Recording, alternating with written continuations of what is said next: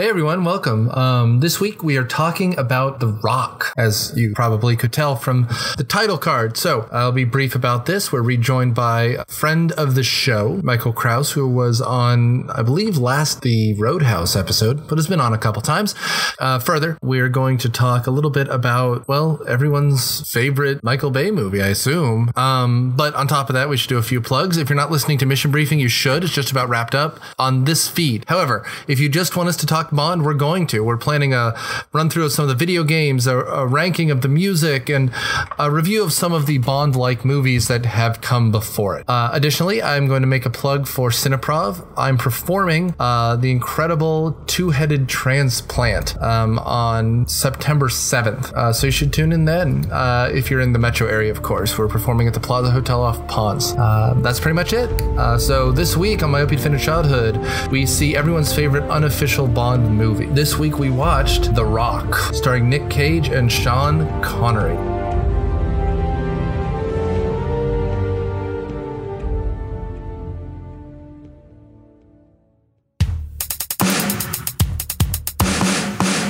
Previously on Podcasserole. Glomer is one of the most underrated cartoon characters of all time. Some call Glomer the Jar Jar of the PBU, you know. I haven't stepped foot inside of a Subway since, really. And neither is Jared. It's true. You're over at my home every week. Is there a meth lab here? Not a big one. I choose him, the one called Kirk. I'm freaking James T. Kirk. Find out more about Podcasserole now on iTunes, iHeartRadio, and Google Play. And don't forget adamandjp.com and the ESO Network.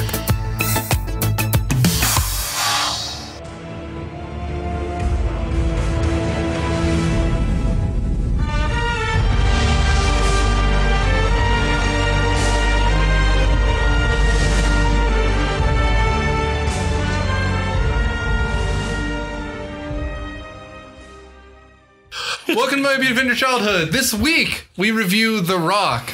You alright? Sorry, one or two panelists may or may not be masturbating right now.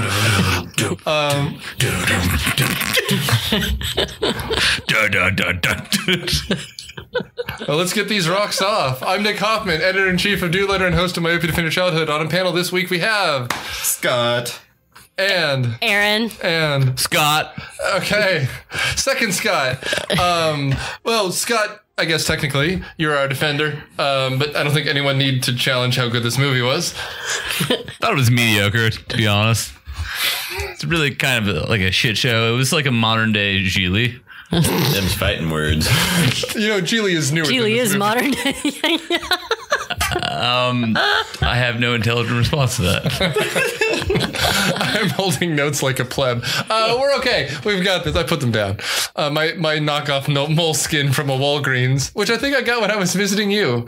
Whatever. What notes can you have for this movie? Like Ed Harris, awesome. Sean Connery, badass. Explosion for no reason. Terrible. Explosion. Nick Cage, Beatles. I'm a Beatles maniac. That's it. Yeah. I thought the movie was highly derivative. Do tell. I wrote at one point across the street. Okay, so before we get too far into this, Michael, would you like to try to give us a plot summary? I just want to see how this goes. Yeah, so it's basically Michael Bay jerking off while reading Moby Dick in Alcatraz. Yeah, that's it. That's all you need to know. I'll give it a try. Yeah. Wait. Thank you. What is Moby Dick? Just go with it. All right, fine. Ed Harris is the white whale.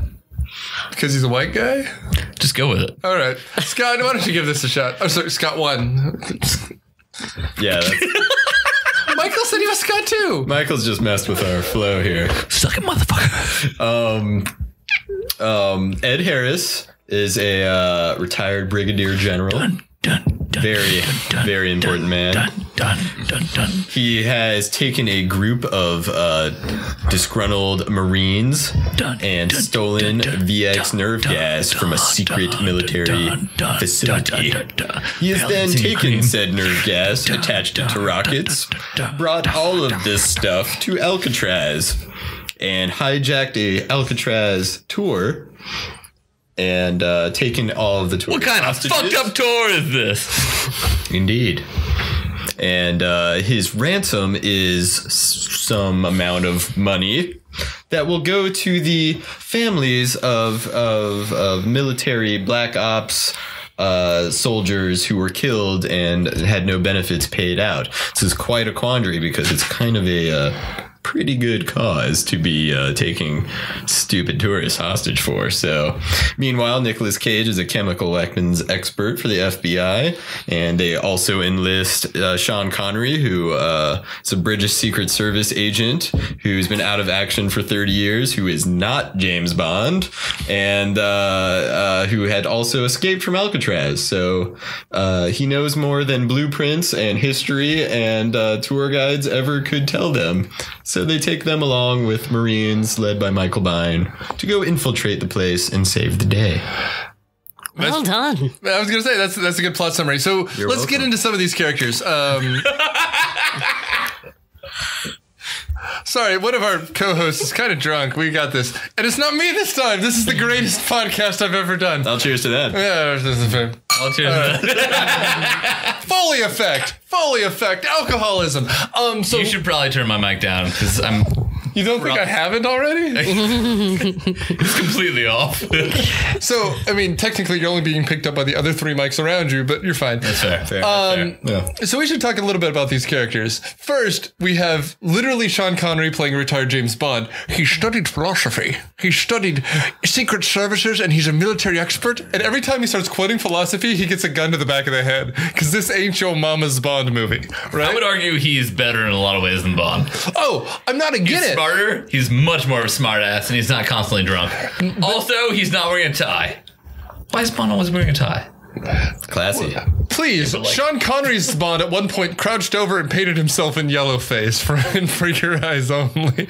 So, if we're thinking of Sean Connery's Bond from 30 years before, this is actually not a bad sequel to the end of his life. Yeah. I like the theory that this is actually James Bond who's been locked away by MGM for 30 years, and he's been broken out by Michael Bay She's had Barbara Broccoli put a ball gag on him for the last 30 years. Sure. Better than the League of Extraordinary Gentlemen or whatever that bullshit was. That movie sucked. I'm John Quatermain. I shouldn't be in this piece of shit. But that's pretty much what we've got. We have Ed Harris, who has a rod so far up his ass he can't blink. I don't think anyone blinks in this movie. It's a cocaine trip the whole time. Don't forget Carla, who won prom queen.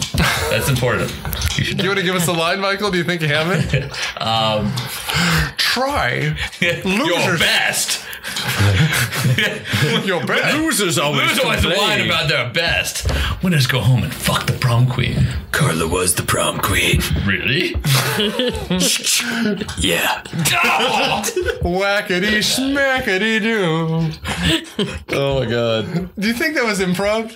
Like, I imagine Sean Connery calls people pricks and pansies all the time. I'm sure no one knew what Nicolas Cage was going to do at any given moment. I'm just going to throw this out there. This movie was, what, 96? Yeah, sure, Yeah, why I not? think So we're all 85 except for you. So we're all like 11 when this comes out. Mm-hmm. This movie was like the defining movie of our childhood. Well, I was going to back this up.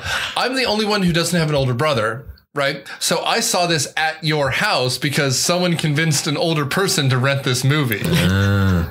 I'm 90% sure I saw Probably this. Steve convincing himself to rent this movie. Oh, I saw this in the theaters. Did you see it in the theaters, Michael? I don't remember. I was lucky enough to have a dad who would bring home movies like this.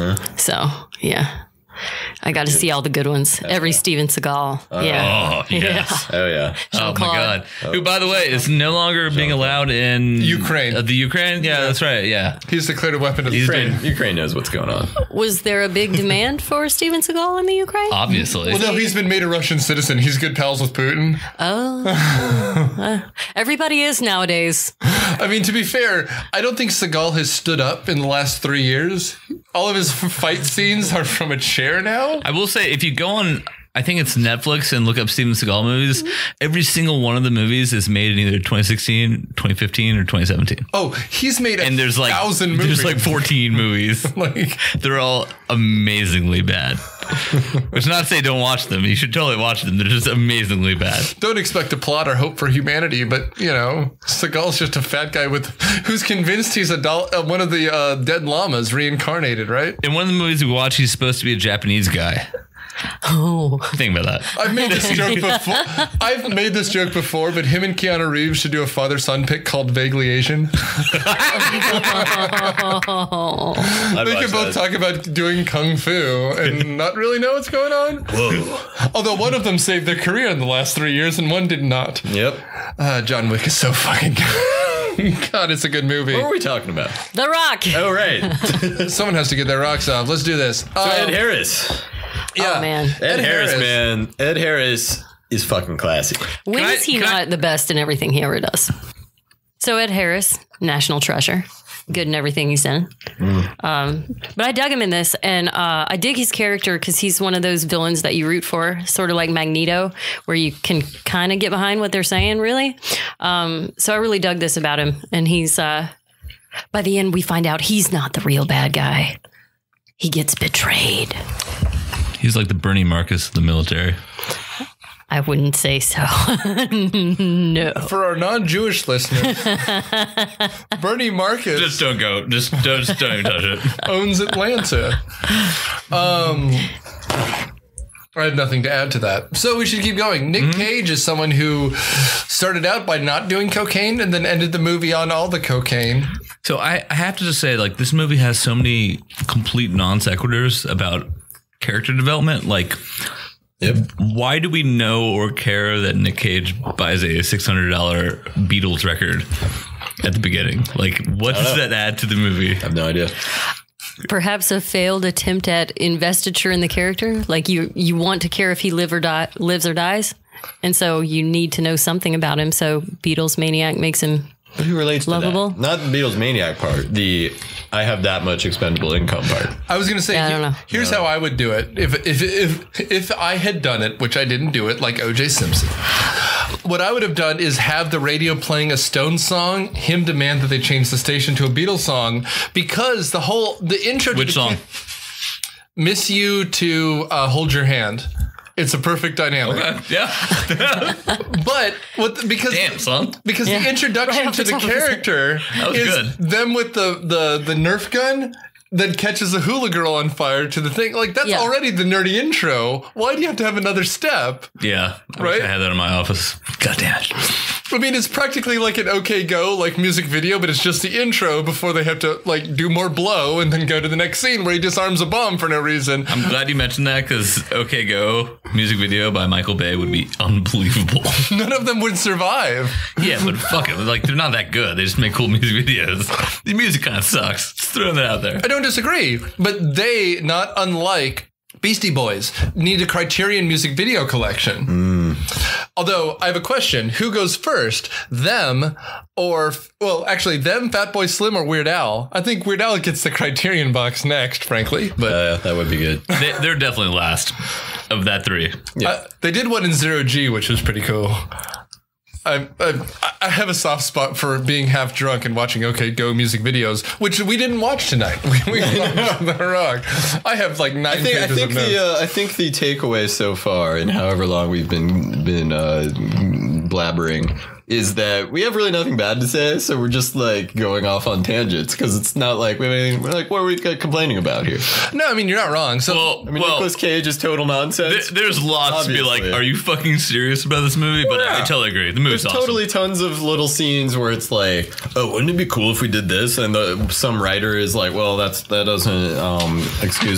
doesn't make any sense in any form. So this is a good It would look segue. cool, man. It would look cool. Are there action movies that are better than this? For me, I would argue really only Die Hard.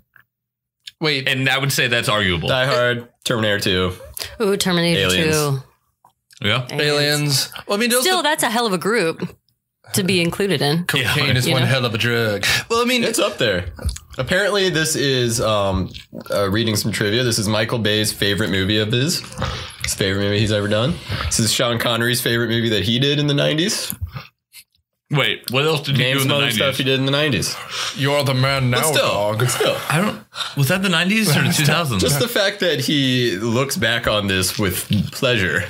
Because you don't know. He's there with Nicolas Cage, who's just making up shit the whole time. He could have been like, that was the worst experience of my How life. dare him? He was the voice of the dragon in Dragonheart, and that is a terrible movie.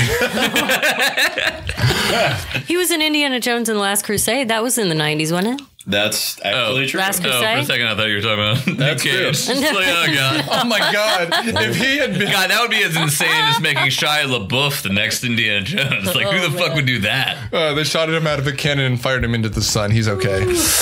God, fuck that guy. Fuck the beef. I mean, effectively, we're trying to characterize Nick Cage by the fact that his girlfriend is pregnant, played by that person faking an English accent from Mallrats. What's her name?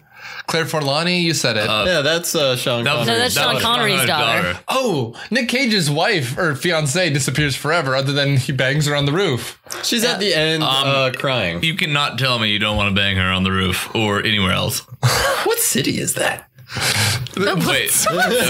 We cut from San Francisco, and then apparently they ended up on, like, I don't know, the Jersey Shore. It was like he lived underneath Six Flags over Georgia. I'm going with Chicago. Chicago.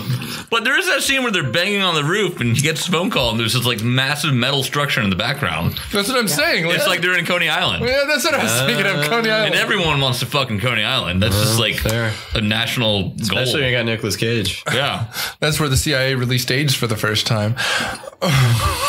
The dog just stole my pizza. We're okay. For some reason, this movie, like every 15 minutes, we just kept coming up with conspiracy theories. And to be fair, this movie's actually about conspiracy theories. Yeah. You really break it down what this movie's about, it's about conspiracy theories. I mean, to be fair, at this point, the X-Files had already done a thing on POWs in which you looked him up. The main heavy who turns against Ed Harris, the black guy. Did you look up his name? I did not look him up. He's in an X-Files episode where he plays a Haitian that is giving nightmares to people because he was in a unit in Vietnam where the POWs weren't actually rescued, but they just said they were rescued. Like, it's a common theme. And that episode came out in 94. Tony Todd, star of Candyman. What a shit movie. He was in Platoon. The real Candyman is an actual horrifying person. That's a pretty good movie. Pretty sure he is the Candyman. Like, he's the star of Candyman. Okay. Creepy dude. And so we have Which guy is this? This guy. Terrifying black guy. Plays Captain Darrow. He's one of the mutineers. The one Oh, the Rocket Man. He's the Rocket Man. I don't like soft ass. He doesn't like shit. soft ass shit. Oh, by the way, everyone that's listening, we had a drinking game during this game, which is that anything said that was incredibly dramatic, we drank. Yeah, like overly dramatic. Which, if you're not logical, you will literally die very quickly. This movie is all about the extras who were given a line and an extreme close up and told to just like scream it at the camera or ham it up. You just fucked up your Ferrari. So Not mine. let me catch you. Okay, man, that was terrible.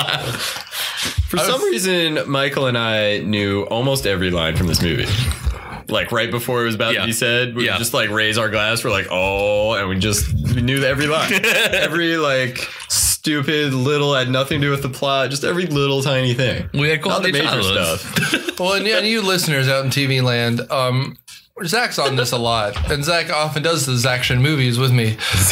Action movies. But, I mean, that's kind of what this was. Zach would be talking like he does on the podcast, where we'd just be talking about shit, and then we would shut each other up. No. Scott and Michael just kind of knew this movie, so... We knew every little tiny line, everything. So let's catch up this plot a little bit. Ed Harris and his Marines, like his personal platoon, right, are on the tour of Alcatraz and wearing jackets and stuff, windbreakers like the tourists. They seize the tour after everyone is locked up in the prison cell, including locking up the ranger, at which point Michael already said the line, the tour is over, and they lock people up in their thing. What kind of fucked up tour is this? At that point, a bunch of helicopters show up, bringing another group of soldiers, which are mercenaries. These are the people who are going to end up being the tension. Oh, yeah. Floppy hairdo. Floppy, well, and the black guy, who's the head of them. Yeah. Rocket Man, Candyman. Don't like soft ass shit. Effectively, he has a connection to look for other defectors, people who want it. Ed Harris thinks he has a mission, but he's insane. He's kind of 100% wrong, as he's proven to be, because even though he's not willing to kill people, he is literally 100% of the time. They keep reminding us that he's not only violating orders, but he's threatening the innocent lives of people who are hostages, because the only solution they make clear at the very beginning is to blow up the island to kill the hostages, what they're willing to do to save 10 million other lives. And he's managed to recruit this crew of 15 people or whatever, 15 Marines. And the only way to recruit them is if they completely agree with this plan he's letting everyone think is actually going to happen, which is we have rockets. We are going to basically destroy San Francisco unless we get like $100 million. And which shouldn't have been that big a deal to the government. But regardless, so he's surrounded by people who are totally fine with murdering innocent people for money, or just to do it anyway. And then by the end, he's surprised that he's the only one who doesn't want to do that. He thinks the government's going to give in and nobody's going to die. Right. Well, he surrounded himself with people who want to do this. Which is ironic, considering he was allegedly in Vietnam. Which is ironic because people were dying in literally everything he's done. He's at this point completely off the rails. He's even name dropping secrets that the FBI director pretends like he doesn't know. It's all bullshit. The Red Sea Trading Company? Yeah. Yeah. What is that? Identify yourself. FBI agent Director Womack. Anyway, Womack. He presents himself like he's an interesting character, but it's definitely Michael Bay thinking he's being more interesting than he actually is. Who again was jerking off the entire time. He was mad because this is where we get George Washington was a great man and a bunch of revolutionaries throughout the British and they were called patriots. Patriots. Yeah, no, it's bullshit. But the whole thing about it is Michael Bay thinks he's smarter than the audience. Michael Bay has a super PAC just to fund his porn collection. Yeah, he does. It's super packed, filled with pornography. It's worth noting. Michael Bay super PAC for porn. It's worth noting that if there's any room, we'll super pack it. That the rockets, the chemical, the VX gas, the so-called steel, is the same shit that the North Koreans used to kill Kim Jong-un. Like, identify yourself. 3 months ago. Yeah. FBI director Scott too. How do you know this information? I read it on Reddit. On Reddit. On Reddit. Yes. Yeah, they thought they were on a game show. Oh, I got an email. Kim Jong-un is like, shut the fuck up. Oh, man. If the North Koreans hacked this podcast like they did the interview, I just recorded that for my Georgia State podcast. Yeah. All right. Bring it on, North Korea. Ooh, that was my calendar reminder telling me to take my statin. You fucking old man. Share that information to the general public here. Moving on. Well, to be fair, the person who may or may not edit this out is on the panel, so we'll figure that shit out. Well, fuck that guy. Yeah. At this point, you smelling the microphone? No. Does it smell like a beer? At this point, we're made known in the war room that Ed Harris's character got the Congressional Medal of Jesus, and we kind of get introduced to Sean Connery's character as the only person who ever escaped from Alcatraz, right? Wait. Many times we were told you're on a need to know, we're on a need to know basis, and you don't need to know before you actually get to know who this guy is. It's okay, audience. His English is his third language, and he'll figure it out eventually. Yeah, Hodate, motherfucker. Kumite. This isn't Bloodsport. Fuck Kumite. All right, so go ahead, Michael. You're in the middle of a thought. Fuckhead. No, it's past. No. My name is Scott. They slowly reveal Sean Connery's character because at first you're supposed to be all like, who's this asshole, mysterious, sensual being with the beautiful mane of Irish, Scottish, whatever they're saying he's from, locks and the British Isles. I don't even think they bothered to look where he's from. And they're like, I knew he would escape, and he's stealing a Humvee and having a crazy car chase. And by the end, they slowly reveal things. They're like, gosh, I can really identify with him too. What is with all the bad guys who aren't bad guys in this movie? Don't forget the room service. Snacks, drinks. He's getting a haircut from the gayest person who's ever lived. You're the barber? No, the stylist.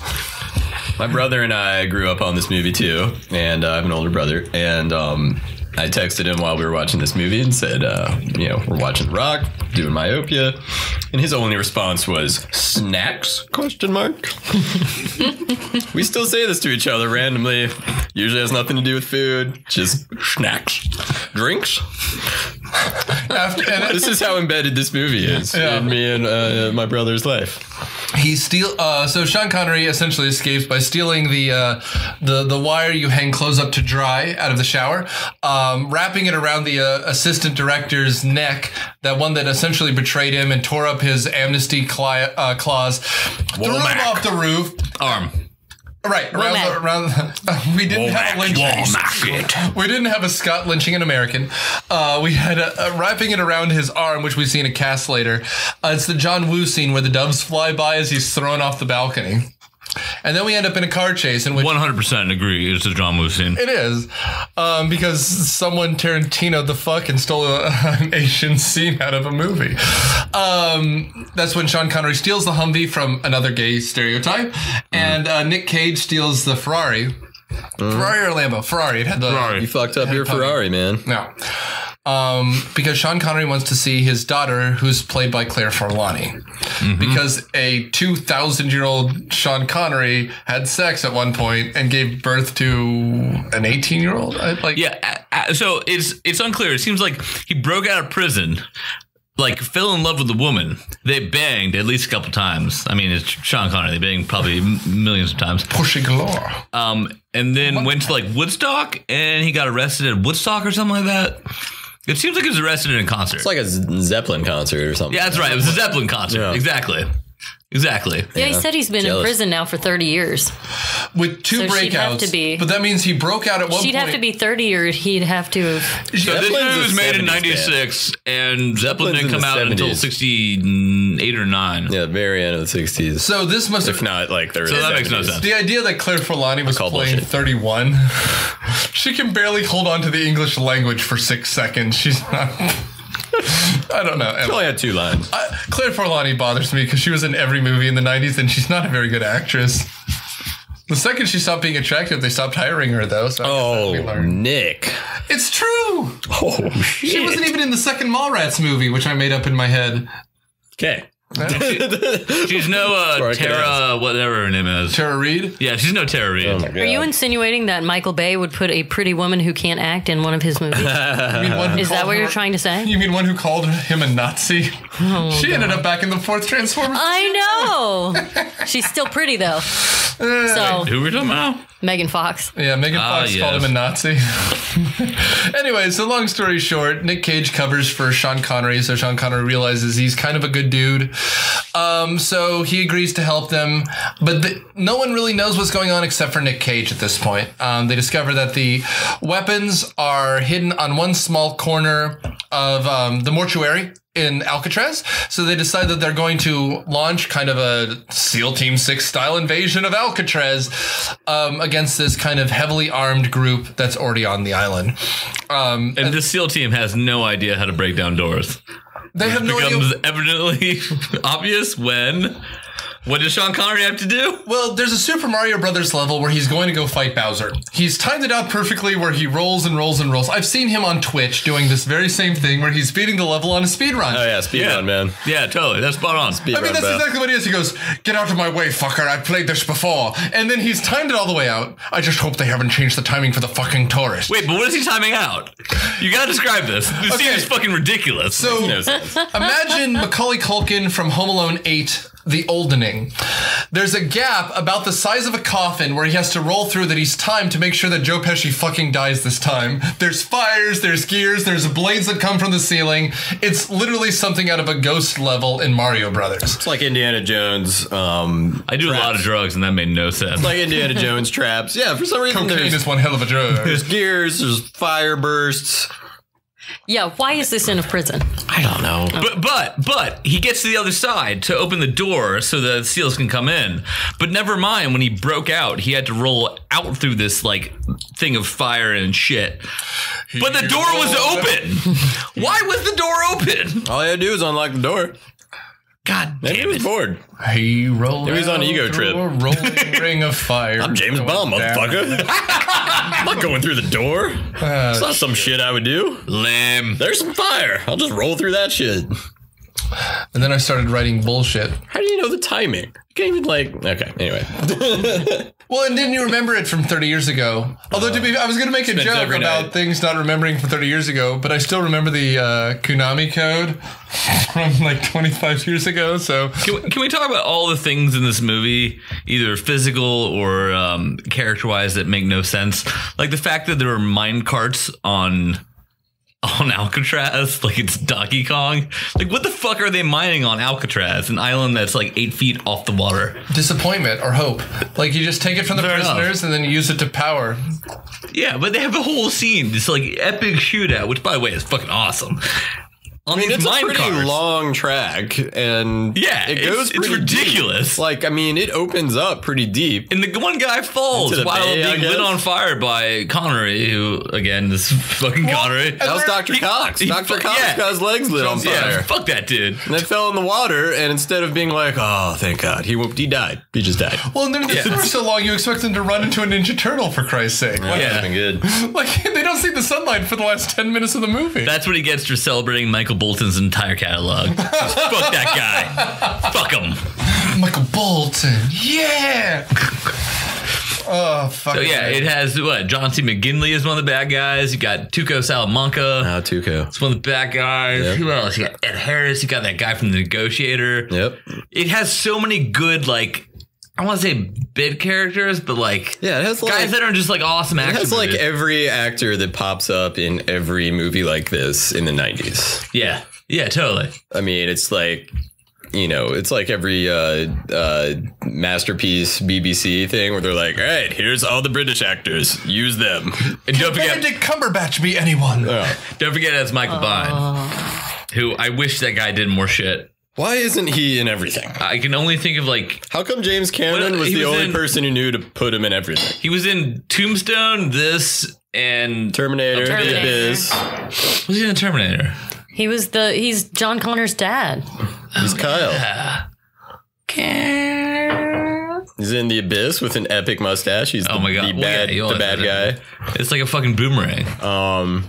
Yeah, I mean, Michael Biehn. He's the dude. Well, he's in Aliens. Oh yeah, He's the best. but he never did anything after He this. stayed frosty.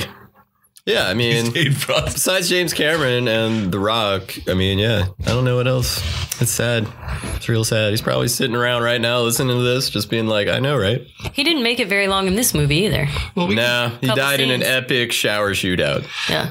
which was not sexual at all. So, Scott, as our social networking person, I'm going to tag him on this, and you need to send it out on Twitter. If he tweets back, you officially get to name an entire month next season. 'Cause Michael that would- Biehn. I mean, He'll tweet me and be like, you're pronouncing my last name wrong. Fuck. you better not be the guy who keeps saying my name in this podcast. So, Mikey, I hope Mikey likes it. He likes it. So we should describe a little bit more of this Alcatraz level. It looks like Arkham Asylum, for Christ's sake. There's like broken bridges and stairways that have dissolved. Yeah, it's all pretty ridiculous down there. There's a lot going on underneath the prison in Alcatraz. I mean, there's like a whole world of Well, first nonsense. of all, the shootout is absolutely ridiculous. They're found out by these little homemade motion sensors that are basically just light bulbs. I mean, they're just clearly light bulbs. That's Yeah. it. With like a little Hey, thing wiggling. Hey, they worked. Yeah. They did their job. I guess so. And then they Because come they up knocked into him. out of the shower and they're just surrounded. And Michael Bond's like, no, fuck you. I'm going to fucking die. And Ed Harris is like, stand down, motherfucker. Yeah. The whole thing makes no sense. That's an awesome scene, though. It's an awesome scene. That scene goes from like they're sneaking in and it's real quiet to like boom, Marines up ahead and they're like, oh shit! And they're like, I gotta say, Michael Bay is a master of making you forget that plot is kind of the reason you go to a film. yeah, it's like and the just being perfect, like, oh, perfect marriage of people screaming a little bit louder and louder each time. The music is building. It cuts like crazy, just like cut. Like every little guy is like, oh my god, what's happening? And it's just really fast. And then suddenly, once the shooting begins, it's like, oh. Well, actually, I would argue with you for this one scene, because this is the only scene that I think actually matters in the movie. No, it's a big turning point in the movie. Well, right, because we spent an hour building to this. Because Nick Cage is here to disarm a bomb. That's all he is. He's here to literally save lives. Ed Harris is thinking he's doing something noble, right? But you have two groups of Marines here that are literally thinking they're doing the right thing. And you have that argument, right? Where the group that Nick Cage is in saying, look, you promised to defend Americans against threats, both foreign and domestic. And Ed Harris thinks he has a point to make. But his men opened fire to kill not only other Marines, but literally he's saying that American lives don't matter. This is when Ed Harris becomes the bad guy, and he realizes it halfway through they're killing Nick Cage's allies, right? Because it's not until the first 10 people die that he starts saying stop firing. And at that point, he becomes a villain that is irredeemable. Oh, no, that's not true. Right when they start firing, he says ceasefire immediately. Ceasefire immediately. Ceasefire! Ceasefire! He's sitting there covering ears, leaning up against the brick like a fucking pussy. Nobody can hear him. That's right, because they're all firing. Yeah. He's not No. And he's not doing the hand signals. You know? No, they have headpieces. They have earpieces in the whole time. So this means that they're not listening to him, which means he hired either insane people to kill people, or they're just ignoring him outright, which eventually happens. There's a mutiny. Yeah. But one way or another, he's hired the wrong people. Exactly. He's not hiring people to make a point. He's hiring people who want to kill people, which makes him wrong. And they cut to a couple of the mercenaries in that scene, let's waste these fuckers. Like they're ready. They're ready to kill people. The creepy white captain takes way too much pleasure in capping the left, dude. And so does the guy right in the head. Yeah, Candyman. It's right between the eyes. Candyman doesn't blink this whole movie either. He's just he looks like a Bond villain. He really does. He looks like Baron Samedi, right? Unblinking, just stealing souls with his breath nose. But they get theirs in the end, which I do like this about this movie, that their deaths are gratuitous. Candyman and Floppy Hair Guy. How do they die again? Wait, Candyman ends up impaled on a pole. Candyman's the Rocket Man. Wait, is Candyman the black guy or the white guy? Black guy. Black guy. Okay. From Candyman. Yeah, and Floppy Hair ends up eating the nerve gas. Yeah. Oh, yeah, that was hot. Yeah, they died hard. Yeah, just like Kim Jong-un's brother. Save, Ed Harris. Nick Cage doesn't try to save him, but he pulls him off the battlefield like a soldier would. Yep. Can we just talk about how Nick Cage kills Candyman? Or not Candyman? Let's get an in-depth analysis from our music guru. Well, let's catch up a little bit. So they're running through the sewers. At this point, Nick Cage and Sean Connery are on their own because everyone else in his platoon dies in the shower. They're running through. Ed Harris realizes that someone's alive because they hear them arguing very loudly. And so they start essentially dropping death charges like it's clear and present danger or something down into the sewers. And it allows us to kind of get into this little mind space where Nick Cage finally realizes he's on his own and tells Sean Connery that, look, they have nerve gas and it's not just about us seizing the island or freeing hostages. They're threatening to kill millions of people. This is where Sean Connery, in character terms, is redeemed. This is his kind of save the cat moment. I agree with everything about that except for the concept that Michael Bay would use anything so fancy as mind space. Just throwing that out there. We're talking about Michael Bay here. Sounds like a title of a good Michael Bay movie. I don't think at this point he had that much power. I'll give you that. Totally. Well, Michael Bay doesn't write these things, you know. No, but I think at this point he has someone else writing for him. But after this movie, which was huge, I think he just can be like, and then oil drillers are going to land on an asteroid and save the fucking day. Yeah. America for spacious skies. South Park spoofs him perfectly. Yeah. Go ahead. You have explosions, and then this guy dies, and there's an explosion over here, explosion over there. This guy lights on fire. Sir, those are special effects. Those aren't plot points. Now that you're deaf, we'll just talk about whatever we want. This has been brought to you by... Shut up, Brother Scott. Guard your ears. You're a beautiful person. Both of you. Look at you from angles. Right. Yes. Anyway. So Sean Connery finally has a reason to actually help out. And you're like, why did Womack keep this from him all along if this was like the reason why he would help them to begin with? Womack. Conspiracies. Well, it's just... aliens. It's the difference between humanity and government, right? Like, eventually someone reaches out to him. Like, the FBI guys are just as slimy as anyone else in this movie, but there's this urge... The San Fran director with that fucking mustache? much. Well, you Where can the tell fuck he's a did they bad get guy. that guy? He should have been stroking a cat, for Christ's sake. He's a goddamn asshole. Regardless, we end up in a kind of an action montage, so we can talk about whatever the hell you want. Yeah, true. Yeah, it starts becoming a one set piece to the next, and like the minecart shootout, and then the mutiny shootout and Mexican standoff scene that's like lifted out of Crimson Tide, just like the music is all lifted out of Crimson Tide. Well, you guys watched more bullshit films like this than I did at the time. Is this the first movie where Nick Cage is the action hero? Because Nick Cage is phenomenal. Face Off is after this. Con Air's after this. Yeah, Con Air's after this. Because like my thought is like this is literally what. I feel like there's one thing he did before this. But. Well, because a lot of what he did before is a lot slower, a lot more acting. This is more like him being a badass, and it reminds me of what Jeff Goldblum was. He also did 8mm after this. Well, right. It's a movie about snuff films. Think about that. What was the Robin Williams film where he was just creeping on people's photos? 1 hour photo. Yeah, 1 hour photo. That was. But I mean, before this, to answer your question, before this, he had just won an Oscar for Leaving Las Vegas. He probably was already filmed The Rock by then. He did Kiss of Death, where he's a little nutty. Then he did some comedies, Trapped in Paradise, It Could Happen to You, Guarding Tess, Amos and Andrew, Honeymoon in Vegas. These are all like comedy movies. But it just made me think like... So he had done smaller comedies, Raising Arizona, Moonstruck, and hadn't done an action movie yet. And if you didn't know that... being a 30-year-old, 25-year-old listening to this, Nicolas Cage was not an action star until this happened. He had won an Oscar. He was in comedies. He was not cast as this. But you look at this. He does The Rock, then Con Air, Face Off. He has a little bit of a break here, but 8mm, Gone in 60 Seconds. Gone in 60 Seconds was on our list, man. Was the car's name Eleanor? The Shelby Cobra specifically was Eleanor. Yeah. Oh, that movie. There was a guy in my fucking high school who drove one of those. A Shelby Cobra, like an old 60s one? The same Shelby Cobra. I know, right? Wow. Fuck Walton. Yeah, right. But I mean, like, my point being, like, fucking Jeff honkies. Goldblum in Jurassic Park was like the wounded scientist guy. He was Nick Cage's character here.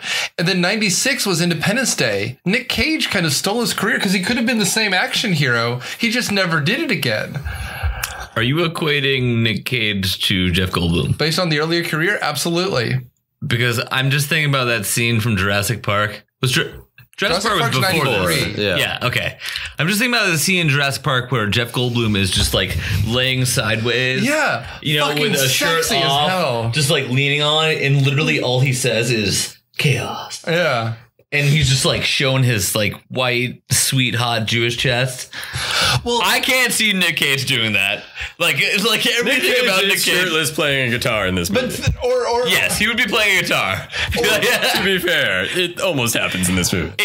And when he runs into the toilet, he would definitely get eaten. No, I mean, I was thinking of also in Independence Day when they're at the end smoking cigars against Will Smith. Like, that's fucking a sexy scene. That's a sexy scene. But I mean, I'm just saying, like, he could have been this action. Will, if you're listening, I will smoke a cigar with you. This is Mike Scott. I will smoke a cigar with you, and you can pause whenever you want to in the middle of our conversation. But it's just not going to happen. Nick Cage, you can smoke both cigars simultaneously while I want a cigar. In your castles, all 9 of them. I bet Nicolas Cage listens to this podcast. I tag him every time, but he thinks I'm just tagging myself, and it's awkward. Big C, you out there? He's sitting there right now. He's like, "Why don't you guys do Snake Eyes? You guys remember that movie?" He has a special pyramid grave in New Orleans. Oh yeah, he does. Yeah. What the fuck does that mean? It's a giant pyramid in one of New Orleans' like oldest cemeteries. You go on a cemetery tour, and there's a giant pyramid built for Nicolas Cage whenever he dies. He also owns the house of a famous serial killer in New Orleans. And a shitload of the House of the Rising Sun. Because that would make a lot of sense. Him or Hugh Grant. Because, I mean, that's how he pays for this. That dude just love hookers. This is why he makes everything that's offered to him. Because he has shit he needs to pay for. Do you ever think that Eddie Murphy almost picked up Hugh Grant because he thought he was a lady prostitute? Happened in the 90s. God, what happened? What would you name that movie? He used to have a career. And then he got nominated for Academy Award and killed his career again. Don't worry, he'll make another movie where he's 8 fat people again. But we should wrap this up a little bit. Yeah, I guess we should. Eventually, Trading places. They've disconnected all the nuclear weapons, all the chemical weapons, Whatever, except for go with two. Kim Jong-un. Durka, Muhammad Jihad. We're talking about Team America World Police. Uncool, bro. Just all right, America. but regardless, they're down to 2 weapons left where he has to take out the. Essentially, what he's doing is rather than disconnecting the weapons or getting rid of the chemicals, he's just taking out the chip that navigates the guidance chip. Thank you. Which, by the way, we only realized this watch that the way he takes out the chips is completely unnecessary. So he removes the chemical from this tube and then turns the tube upside down to remove the chip, which makes it pretty obvious that he could just pick the whole thing up and pull it out from the bottom without removing any of this and exposing himself to any of the risk he does.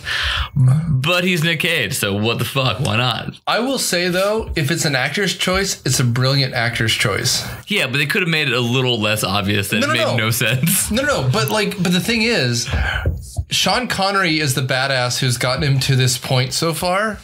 So then he holds him literally a tower of death and says, now don't move. I'm the only one who can save your life right now. That's kind of a badass move, right? That is when he starts getting a bit of his swagger back. That's the fuck the prom queen part. Like he's like, oh, I've got my own skills, motherfucker. I mean, and again, I don't know who wrote that in or who changed that, but that's literally where in the movie Nick Cage pulls the underwear out of his ass and kind of becomes like a badass from a nerd. That's also when he can finally shoot a gun and not miss wildly, He becomes competent, which is kind of a cool scene. Regardless, at this point, he goes into the mortuary, he disconnects all the bombs, and after a few scuffles, he's killed all the bad guys except for, it's like 2-on-2. It's the final boss level of any video game ever. He finds out that there's 2 missiles left. One is in the lighthouse, and just as he's done disconnecting it, there's a final shootout where, as Erin said, the creepy cokehead, the unblinking evil guy who ruins the movie. The black captain. No, the other one. The white guy. The white guy with the floppy hair. No, in the lower lighthouse, it's the black guy. Right, but the 2 of them turn on Ed Harris. Ah, yes, just before this. This is true. And there's a shootout scene in which Ed Harris is shot, and he tells Nick Cage where the final missile is. What have I done? As he slides to the right, leaving because Ed Harris finally realizes in a Shakespearean moment, which he literally stole out of something that I'm sure was a better movie. Like Shakespeare. Do you think Ed Harris knew what this movie was? No.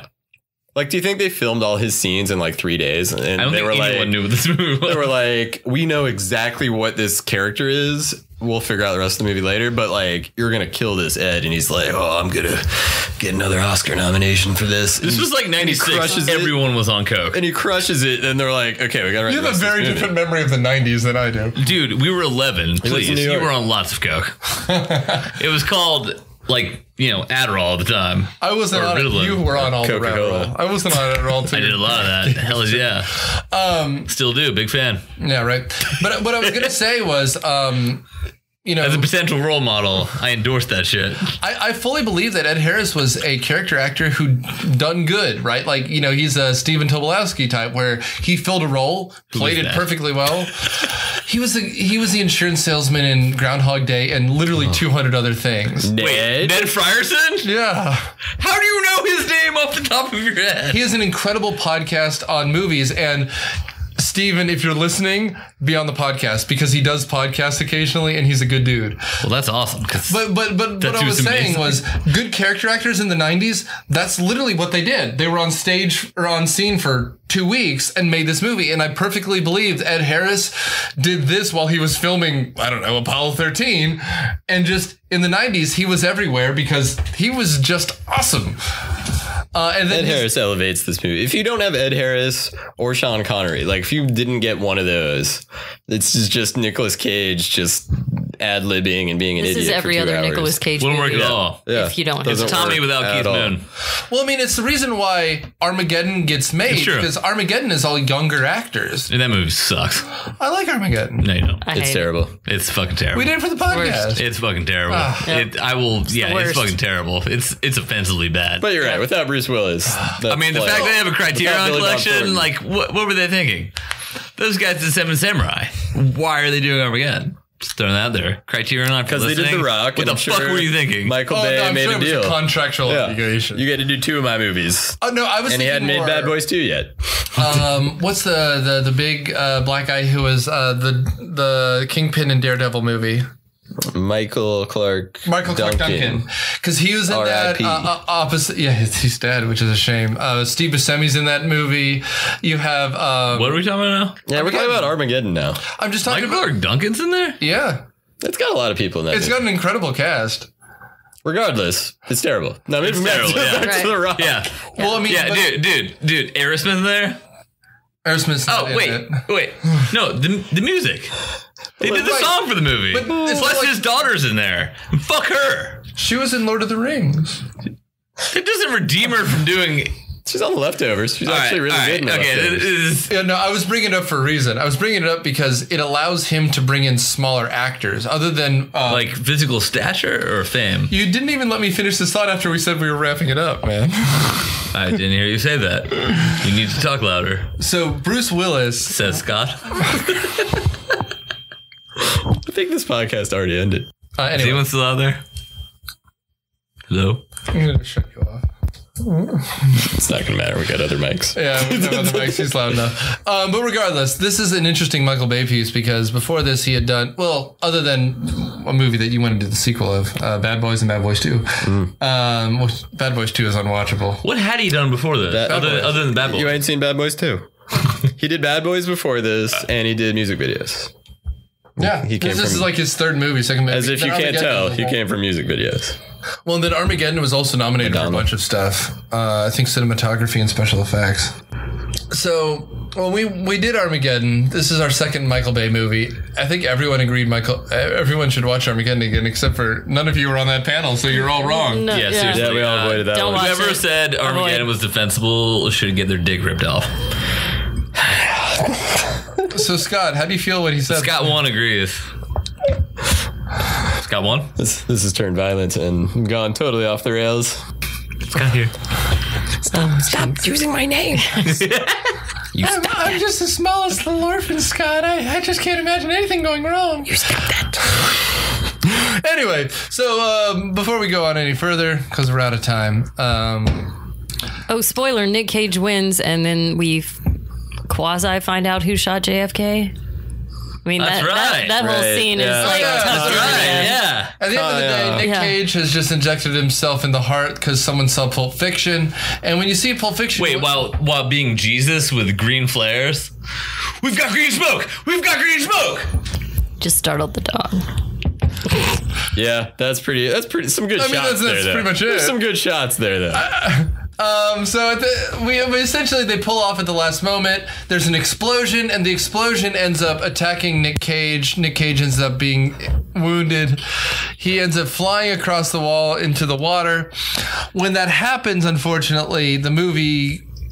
Well, actually, I'll give him credit here. The movie ends in about 4 seconds after... Yeah, there's that. 2 scenes after that. We have a weird kind of quick cut where Nick Cage is talking to Sean Connery. He says, look, this is all I wanted, that he tried to rip you off, and he goes, I'm just going to disappear, and Nick Cage decides to let him disappear. Yep, he covers for him, tells him where the gear is to get out, in the bay, and the FBI, local FBI guy covers for him too.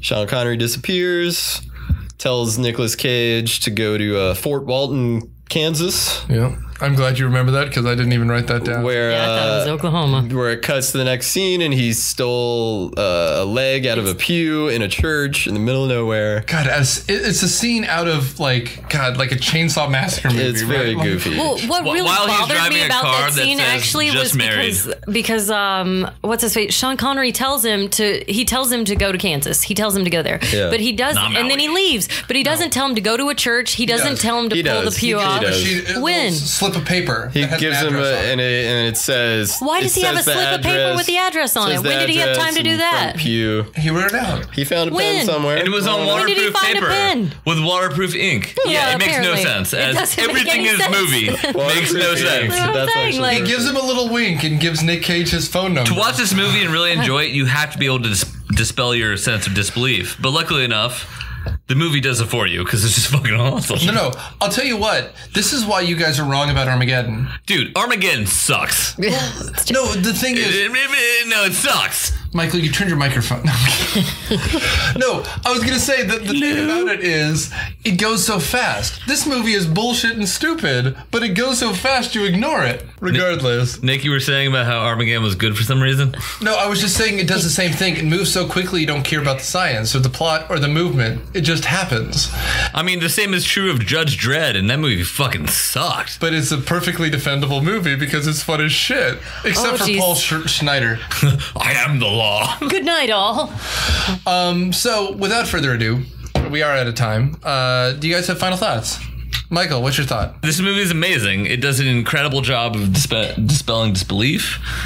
The physics make no sense. It is nonstop action. Even the scenes that are absolutely ridiculous are funny as shit. And even if they don't like move along the plot or the story or whatever, they're entertaining as hell. I think that's really what it boils down to. Is this movie is entertaining as hell constantly. And it's really easy, even if you're a critical watcher, to watch this and just be like, this is awesome. Because it is awesome. I would say there's maybe, I don't know, 4 or 5 movies that are arguably better in the action realm than this. And I would add like Commando. Well, Commando's pretty awesome, but no, I would say like Die Hard, Terminator 2, Roadhouse. Oh well, yeah, Roadhouse better than everything. I mean, that goes without saying. Bloodsport. Yeah, Mortal Kombat. Ghost. Dirty Dancing. Dirty Dancing. Really, all the Swayze movies. And I'm in with that. I was going to say anyone else have final words, but that might be the perfect one. No, I'm kidding. Erin, what do you got? It's just an incredibly watchable film. You can watch it, turn your brain off. It's entertaining. It's a good way to spend a couple of hours. I really liked it. I'd watch it again. Thank you. Scotty Boy. I think it's a good example of how good Michael Bay can be at doing his thing. It takes itself really seriously, but with like constantly winking at you. But then when you watch like a Transformers or from what I remember, I mean Armageddon makes a lot of humor. So, but from like the Transformers and stuff, he takes himself very seriously all of a sudden and makes these 2.5 hour long movies that just plod along. And this one moves really fast. It kind of makes fun of itself and just has a lot of fun. It's just basically like, here, we're gonna have fun for 2 hours. And that's all. And it still holds up for me. And I've always liked this movie, and it's one of my favorite action movies for sure. Excellent. My final thought is apparently the most powerful person in Hollywood in the 90s was a man named Don Simpson, who I don't know. Big D. But the thing is, after this, I think Armageddon is a movie that comes out next. But Armageddon is a little bit more unhinged, a little bit crazier. Apparently, Much worse. Don. Thank you, Michael. It's like kicking a kid in the balls after he's already fallen over. You gotta know, man. But the thing is, Jerry Bruckheimer apparently produced this. He produced everything else. Big He J. produced the biggest pile of cocaine since Scarface. But apparently Don Simpson, his partner, was able to ring in everyone. Ring in Nick Cage, ring in Michael Bay. And this movie is probably the best Michael Bay has done. And since then, everyone has just taken the cocaine without him. And it's just all crazy and all gritted teeth and all cleavage. And that's why I think this movie, and maybe people like Armageddon, because it's the last bastion of Michael Bay's hope for humanity. Because after that, it's just all tits in America, which is kind of like being in the South anyway. I would argue that no one likes Armageddon. God. But that's just me. Just stop. You do realize that, whatever. That'll get edited out. It's all being whatever. So, point being, is that this movie functions because people were able to hold back louder voices. Yes. That's why this is a good movie. Because other than this, the action movie genre of the 90s is irredeemable. Because the movies you guys are mentioning are all 80s movies that happened before this. This movie is way too late for that, and that makes this kind of the last bastion of this is the apex of a genre that then completely gets destroyed. I'm just going to throw this out there. 2 words. True Lies. True Lies is before Came out this. before this. Anything else? So Terminator 2. Terminator 2 came out before this? Well, Terminator 2 did. True Lies is 95. It's like this 94, is 2 years before yeah. this. Speed came out before this. This is like one of the last. Because then Nicolas Cage started doing all the action movies. And, you know. He kind of sucks on its own. After this, like 98 is Armageddon, is Godzilla. It's all the movies that destroyed the genre. Started bringing back disaster as action movies. Gone in 60 Seconds. They start remaking stuff. Like, this is literally the apex of original action movies. Godzilla had that big that's remake with like it was a remake of a Led Zeppelin song with I think Puff Daddy. Yeah. Sean Combs at the We should have time. known remember that? We should have known the world. Come with me. Was Yeah, That soundtrack was bigger than the movie. yeah, it totally was. And that was like a kind of cool song. I guess stay Except tuned, guys, for- because that movie's coming out later this year. Regardless, with that, we're out of time. So tune in next week, and every future week we put another bit of your past on trial. Next week is a Myopia Afternoons episode, and so Scott is on panel for that. And he is not going to give it away, of course, but we'll give you a hint. Before you listen to next week's episode, I'd say you order up a little bit of pizza. So tune in next week. Thanks, guys.